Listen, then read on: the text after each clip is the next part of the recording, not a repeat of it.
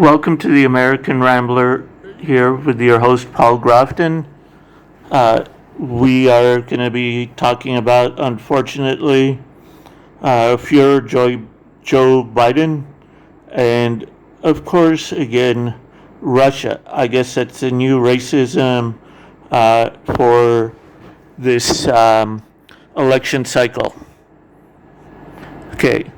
Fuhrer Joe Biden, the President of the United States of America, on Tuesday accused his Russian counterpart, Vladimir Putin, of attempting to spread misinformation in the wake of 2022 U.S. midterm elections. The midterm elections are slated for November next year, when all 435 seats in the U.S.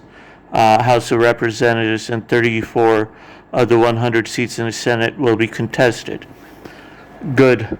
Get rid of all 435 of them. Replace them. Also with the same 34. But hey, I bet you this is what Fuhrer Joe is doing.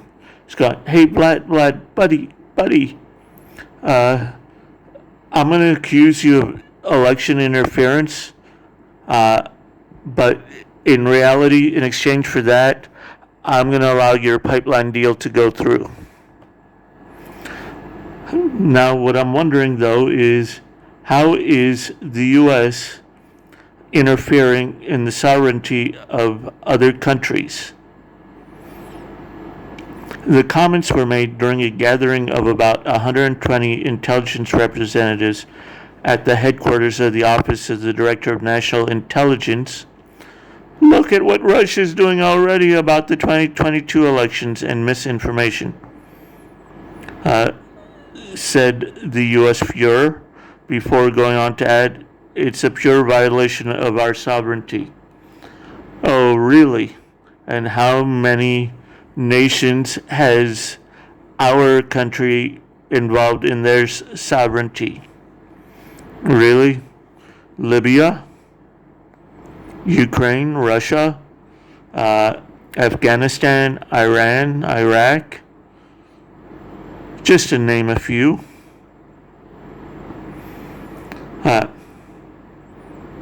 Putin doesn't have the problem here. He is sitting on top of an economy that has nuclear weapons and nothing else. He knows he's in real trouble, which makes it even more dangerous in my view. Your view is into your view of former Fuhrer Obama? Because that's who's really controlling you? Yeah, really, he's like saying, he's made unsavory comments about Putin. Putin is a killer. Putin had subsequently challenged Biden to a live debate. Yeah, like that's ever going to happen. With Fuhrer Biden's dementia. Grew up with a father who had dementia, believe me. I know the signs. The U.S. establishment has been creating hysteria about Russia ever since Donald Trump was elected. Yup, exactly. It's like, Hillary, Tulsi Gabbard is a pawn of the Russians. Yeah, really. She's done more for this country by serving than you have. You're just a grifter. And I don't even like Tulsi Gabbard. Okay. Donald Trump won the elections because of Russian interference. No, he didn't. Trump won the elections because he refused to give up. Hillary with her I am so much better than everybody else attitude. 2, calling the voters deplorables. 3, thinking that, I got this in the bag. No. The hysteria, didn't you ever, it's something that's basic taught in elementary school. Don't you remember the hare and the tortoise and how the tortoise won because the tortoise never gave up? The hysteria continued throughout Trump's presidency with demonization of Russian Putin. Yeah, well, me living in the Ukraine, I don't mind the demonization of Putin. Give the Ukraine back Crimea, because you stole that to sell to Germany. And yeah, it's been proven that the Russian collusion was a giant hoax. So if that was a giant hoax the last time, I guess this time it's also going to be a giant hoax. Another Greek fable, about the boy who cried wolf.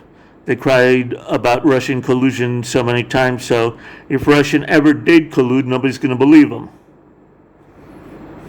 Matter of fact, why should anybody believe any Democrat or any politician? The Russian interference bogey has been used to attack Trump as well as any anti-establishment. Yeah, that's the type of candidate I want. But the funny thing is, every time I vote for the anti-establishment, they become establishment. I was hoping that when Trump got in, we would see none of the familiar faces. We would see outsiders from all across the country. The only insider that I liked was Pompeo. There are also concerns that Russian interference bogey is used to silence legitimate criticism of the Democratic Party. Yes, the Democratic Party needs to be silenced. Needs to be charged with treason, in my opinion.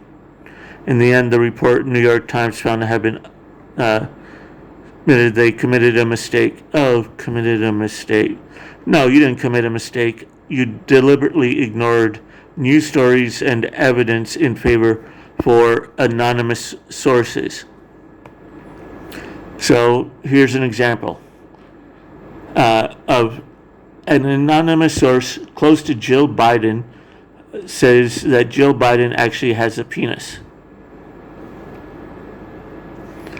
See? Is that true? Who knows? It's an anonymous source. It's closed. Was there any verification? No. And the problem is the Democratic voters are so stupid that they don't even bother to fact check because they'd rather it fit their narrative. If they realize that the Democrats are the ones that are actually keeping them down. On top of it, there's increasing concern about decline in his cognitive abilities. Yeah, they're saying that he's not going to make it to the end. He's going to be 25th, which will be the first one, and it'll be a disgraceful day for our country. And what's even worse is then we will have Vice Führer Harris. The least unlikable, well, I'm not sure if it's least, because I think there's a tie between AOC and Nancy Pelosi. Okay, whether he's suffering from dementia, and commentators, analysts, and journalists have questioned whether he's fit enough to lead. Well, I'm going to tell you this right now: dementia or no dementia, Führer Joe Biden never was fit enough to lead. And the problem is, the second in command and third in command are neither fit to lead. Too much hate in their heart.